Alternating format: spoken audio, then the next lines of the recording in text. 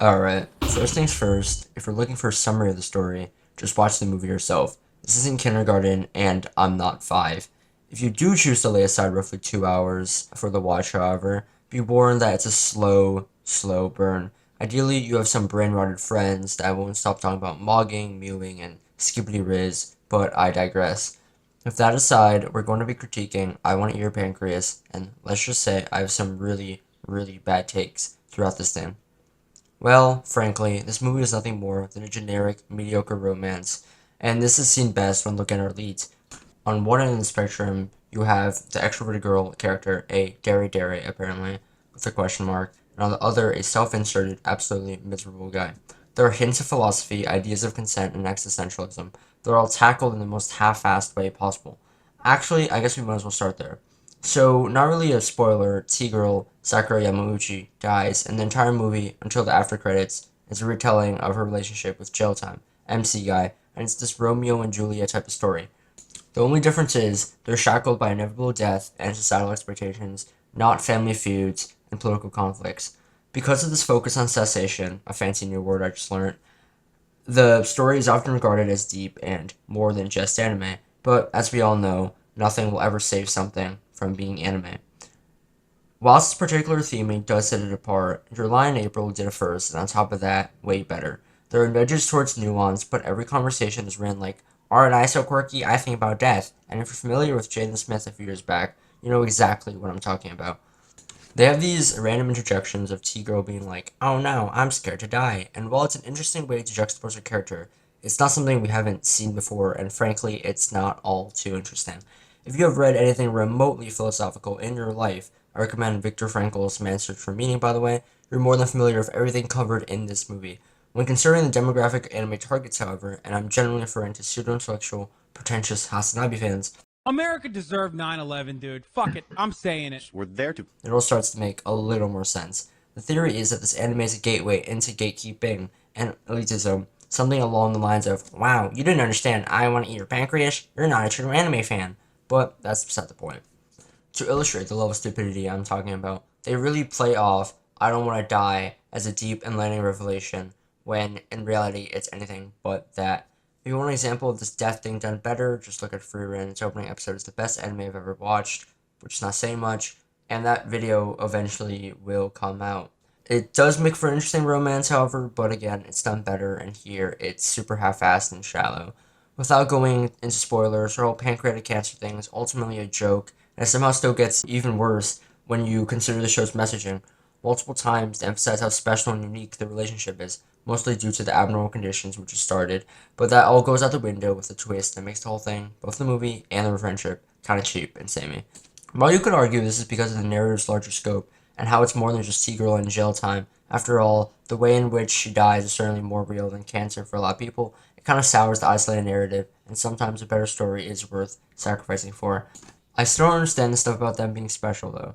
Generally, the weird ending left me with mixed feelings, considering it really caught me off guard, something I really don't expect from any anime, but I still can't decide on whether I like it.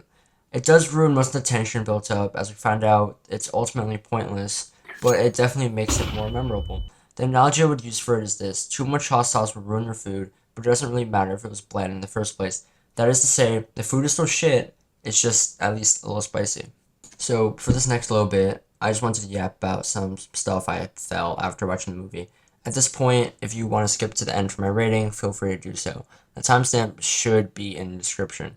Okay, the second thing on the agenda today is the low prince, and more specifically, the absolute shit show that is the ending of this movie. I'm bringing this up because, crazily enough, I actually liked this portion, but I don't think it was narratively the best idea. Quick disclaimer, I read The Low Prince in like 7th grade. Most of it is really foggy, so a lot of what I read here is going to be from Google and Reddit. Don't worry, I still have my personal interpretations thrown in there. Okay, with that out of the way, contrary to all the usual whining, I actually kind of found the letters sweet. It was well established, written, and executed, so there's really not much to complain about on that front. For better or for worse, it kind of reminded me of 13 Reasons Why, an absolute shit show and everything it stands for, but that's beside the point. The ending is bittersweet, something I'm not afraid to admit was done actually pretty well, and if it wasn't for the Low Prince references, it would have been bland, yes, but this is, for a lack of a better word, just weird. Before you flame the shit out of me in the comments, I do understand the metaphor, and while I think it was really clever, it requires you to understand the Little Prince, something much more complex than your average anime. Considering the last time I read the book was like during COVID, what feels like a lifetime ago now, this is where Googling came in clutch. Don't worry, all the opinions are still mine, once again. For those who didn't understand the scene, which I suspect is a lot of you guys, there are multiple layers to it. Again, amazing metaphor, but the presentation is just weird and off-putting. The rose, the classic beauty of thorns, plays a similar role in The Little Prince, and both there and here, it's a symbol of pushing your loved ones away. The baobab trees could be interpreted as similar to jail time, as both are self-destructive, but that might be a stretch. The better comparison for that is cancer, as it destroys its host, but that's really literal. Chances are, however, that's what they were actually going for, as a soccer tree does blossom.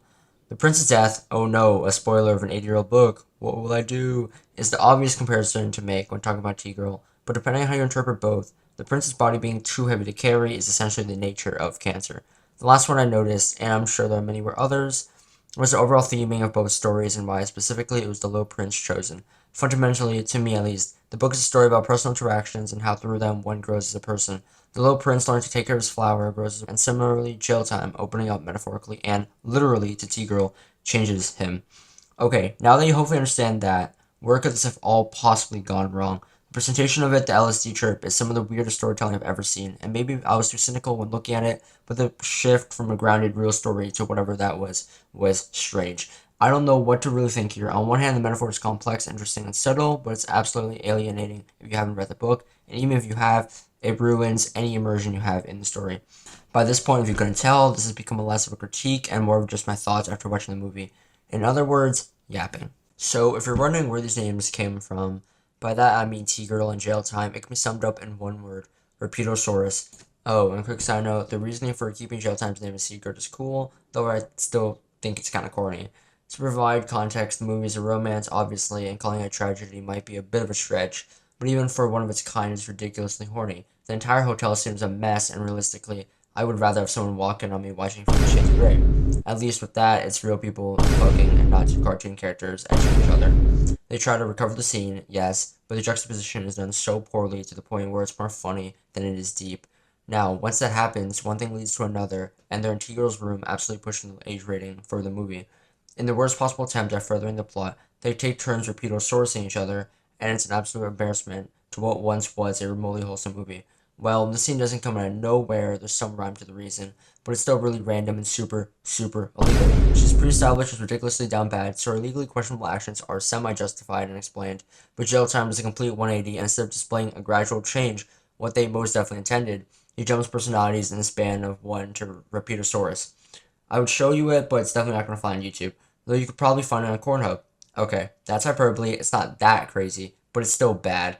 After he flees the crime scene, and according to Soviet, he clears him as it shows he's ashamed, he runs the NPC plot device number 69.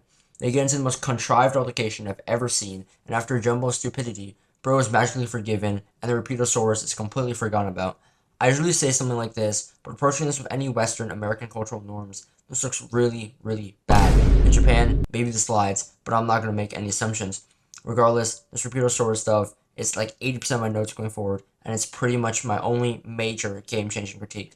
Before you go to defend it, even the wiki writers can't make up their mind. Thinking would help Sakura. Takahiro punches Haruki in the face. ... Haruki then tells Sakura that she should be only able to be with someone who truly cares about her. ...